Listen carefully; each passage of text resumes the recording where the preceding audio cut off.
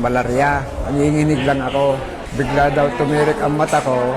Itinakba ko sa ospital. Dumating kami sa bahay. Pagdating namin sa bahay, hindi na ako makatayo. Nakahiga na lang. Pagtatayo ako, inihila ako para kakain. Kakain ako, 3 butil lang na kanin ang kinakain ko. Mahirap palunukin.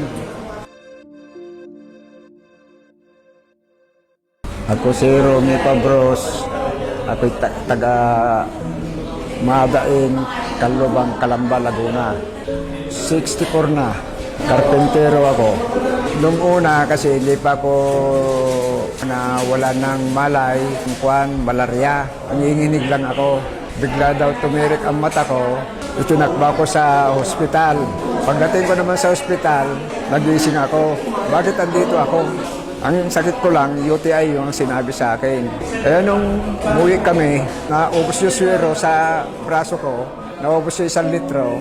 Dumating kami sa bahay, inuukod ako, pahiga sa kama. Pagdating namin sa bahay, hindi na ako magkatayo, nakahiga na lang. Pagtatayo ako, inihila ako para kakain. Kakain ako, 3 butil lang na kanin ang kinakain ko. Mahirap palunukin, pati tubig.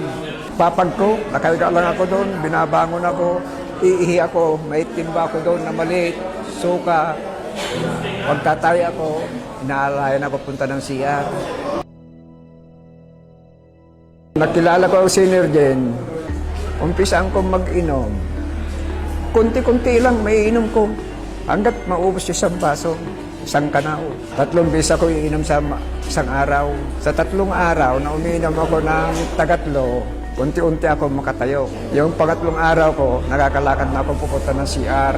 Hanggang sa 6 na araw, yung 6 na araw, nakaikot na ako sa loob ng bakuran namin. Yung 4 na araw, nag-jogging ako.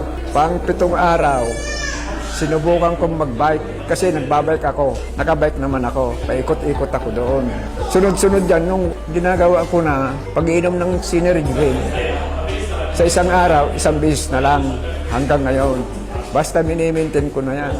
Nung hindi pa ako uminom, parang ako'y malulumpo. Hindi ako makakain. Pero nung uminom ako, nakakain na ako. Pero ngayon, malakas na ako kumain. Malayo na rin ang nararating ko. Tapos nakakapaggagawa na ako ng bahay. Kakarpentero na ako kasi yun ang trabaho ko. Bumili ba ako sa Synergen na ang laki ng papasalamat ko sa Synergen.